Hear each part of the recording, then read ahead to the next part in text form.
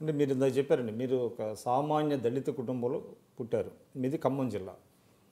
అయితే మీ అన్నగారు అనంతరాములు గారు అంత స్థాయికి వెళ్ళటానికి కారణం ఏంటి? అసలు నేపథ్యం ఏంటి ఆయనకి, రాజకీయ నేపథ్యం మీది? మా కుటుంబం, మా నాన్నగారు కానీ మా తాతగారు కానీ రాజకీయాల్లో నుంచి వచ్చినటువంటి వాళ్ళు కాదు. మా నాన్నగారు ఆయుర్వేదిక్ డాక్టరు. మా పిల్లలందరినీ చదివించారు.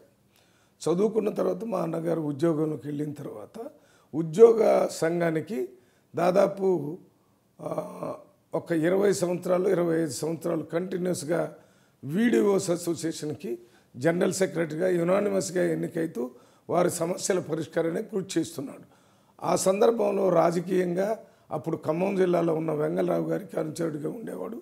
మరి వెంగళరావు గారి ఎన్నికలు ఆ సందర్భంలో ఉద్యోగంలో ఉన్న వారికి హెల్ప్ చేస్తూ ఉండేవారు.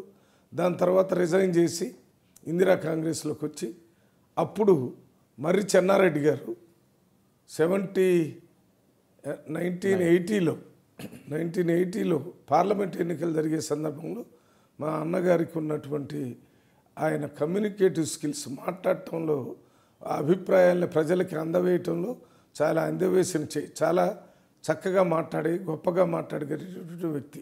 అందువల్లే ఆయన స్వయంగా వారు మాట్లాడిన పబ్లిక్ మీటింగ్ చూసి అప్పటికప్పుడే మల్లోనంతరాములు గారిని పార్లమెంట్ సభ్యుడిగా ఇస్తే ఎలా ఉంటుందని ఖమ్మం జిల్లా రాజకీయ నాయకులను అడగటం, అప్పుడున్న రాజకీయ నాయకులందరూ దాన్ని ఒప్పుకోవటం, వెంటనే ఇందిరాగాంధీతో మాట్లాడి పార్లమెంటు సభ్యుడిగా నాగర్ కర్నూలు రిజర్వ్డ్ స్థానం మరి ఖమ్మం జిల్లాలో లేదు.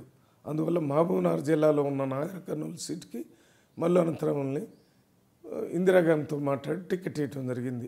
ఆ రకంగా రాజకీయంగా వచ్చారు. అంతకుముందు రాజకీయ పార్టీలో లేకపోయినా మన ఎస్సీ వెల్ఫేర్స్ సొసైటీ సంఘం అని ఒకటి పెట్టి దాని తరపున ఈ దళితులకి అందరికీ సేవ చేసే కార్యక్రమం చేస్తూ ఉన్నాడు.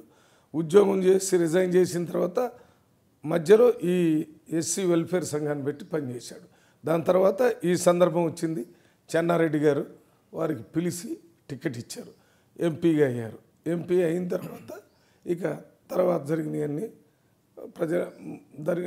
సంక్షిప్తంగా ఏంటంటే 1984లో జరిగిన ఎన్నికల్లో నాగర్ కర్నూలులో ఓడిపోయారు. మళ్ళీ 89లో ఎన్నికలు వచ్చినాయి. ఆ 89 ఎన్నికలు వచ్చేటప్పటికి ఓడిపోయిన తర్వాత మల్లు అనంతరాముల్ని రాజీవ్ గాంధీ గారు ఆవిడ ప్రధానమంత్రిగా ఉండి వీరిని గుర్తించి వీరికి ఏఐసిసి సెక్రటరీగా ముందు ఇచ్చారు, తర్వాత ఏఐసిసి జనరల్ సెక్రటరీ ఇచ్చారు, తర్వాత 9 రాష్ట్రాలకు ఇన్ఛార్జిగా ఇచ్చారు. అత్యంత సన్నిహితంగా రాజీవ్ గాంధీతోని మరి పనిచేసేటటువంటి అవకాశం వచ్చింది. దాని తర్వాత రాజీవ్ గాంధీ గారు స్వయంగా పిలిచి మాట్లాడి ఆంధ్రప్రదేశ్ రాష్ట్రంలో పిసిసి అధ్యక్షుడిగా నిన్ను జనరల్ సెక్రటరీ నుంచి పంపిస్తున్నామని చెప్పి పంపించి అక్కడ మనము రాష్ట్ర ముఖ్యమంత్రిగా తీసుకోవాల్సిన అవసరం ఉందని ముందే రాజీవ్ గాంధీ గారు చెప్పి పంపించారు. ఇక్కడికి వచ్చిన 2-3 నెలల తర్వాత ఇక్కడ ఉన్నటువంటి పరిస్థితులను అవగాహన చేసుకుని పరిస్థితులను చక్కబరిచిన తర్వాత ముఖ్యమంత్రిగా తీసుకుంటారని చెప్పి మల్లు అనంతరాములు గారు రాజీవ్ గాంధీ గారికి చెప్పటం, మరి రాజీవ్ గాంధీ గారు ఒప్పుకోవటం, ఇంతలోనే అనుకోకుండా హార్ట్ అటాక్తో చనిపోవటం జరిగింది. లేకపోతే ఆయన చనిపోయేదాన్ని కంటే ఒక నెల తర్వాత ముఖ్యమంత్రిగా ఆయన్ని చేయటానికి అప్పుడున్నటువంటి ప్రధానమంత్రి almost is waiting chief minister అనేవాళ్ళు. అది అసలు ముందే రాజీవ్ గాంధీ గారు చెప్పాడు, ఇప్పుడు నువ్వు పిసిసి అధ్యక్షుడిగా వచ్చావు, ఇక నిన్ను చీఫ్ మినిస్టర్గా చేస్తామంటే ఇంకొక నెల ఉండండి, ఇక్కడ ఉన్నటువంటి ఉద్యోగస్తులు తర్వాత ఈ రాష్ట్రంలో ఉన్నటువంటి రాజకీయ పరిస్థితులు కొంచెం చక్కబరిచిన తర్వాత చెదురుగా నేను చెప్పటం వల్లనే కానీ లేకపోతే అయిపోయినట్టుగానే అందరికీ తెలిసిపోయింది.